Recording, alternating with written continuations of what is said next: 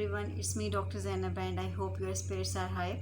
In our previous lecture we learned about the definition of peritoneum, the layers of peritoneum, the significance of peritoneum and the terminologies related to peritoneum, that is the greater sac and the lesser sac.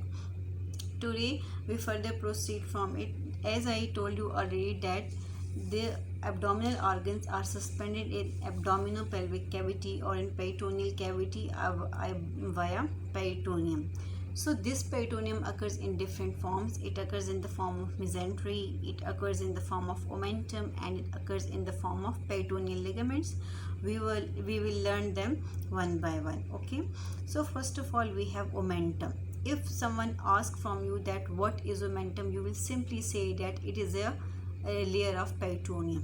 It is parietal peritoneum or it is a layer of peritoneum. So now this omentum is divided again into greater omentum and lesser omentum. Greater omentum, as its name shows, that it will start from the greater curvature of the stomach, runs downwards, and as you know that beneath the stomach we have transverse colon. So it starts from the greater curvature of the stomach, then it goes downward like an apron and it folds back on itself and get attached to inferior border of transverse colon. So it is greater omentum. Okay, what does greater omentum contain? It contains the fat, right and left gastroepiploic vessels, it contains lienorenal ligament, and it contains splenorenal ligament. Okay, right and left gastroepiploic vessels, fat, gastrosplenic ligament that runs from the hilum of the spleen to the stomach, and then lienorenal ligament that starts from the hilum of the spleen to kidney, and it contains the tail of pancreas, splenic artery and splenic vein. Now the other part, lesser omentum. Lesser omentum extends from the lesser curvature of stomach, as its name suggests, greater from greater curvature of the stomach and lesser from lesser curvature of the stomach. Okay, so the lesser omentum extends from the lesser curvature of stomach to duodenum and to the liver. Okay, in previous lecture we have discussed the greater sac and lesser sac. They also started from the liver without covering the bare area of the liver, which is surrounded by coronary ligament. Okay, now what are the contents of lesser omentum? As I told you that the greater omentum contains right and left gastroepiploic vessels, fat and these ligaments. Now what are these ligaments?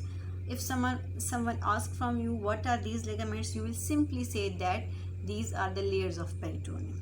Okay, and the contents of gastrosplenic and lienorenal ligament I've told you already. Okay, now the lesser omentum contains, what does it contains? It contains portal triad, it contains portal vein, it contains hepatic artery, and it contains bile duct. So it is portal triad, portal vein, hepatic artery and bile duct.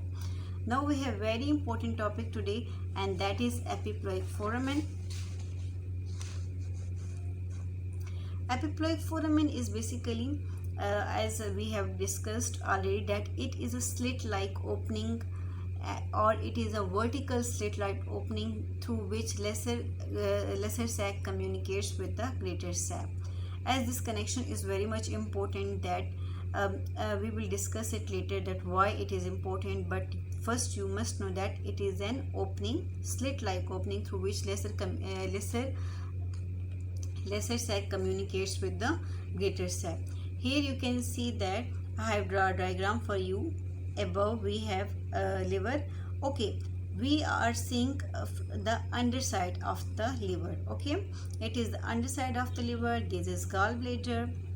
Here we have the caudate process of the liver, caudate process of the liver, or caudate lobe of the liver. Okay, then we have the stomach, first part of the duodenum, and here we have transverse colon. Okay, now what are the boundaries of epiploic foramen? So you can see that superiorly it is formed by caudate process of the liver.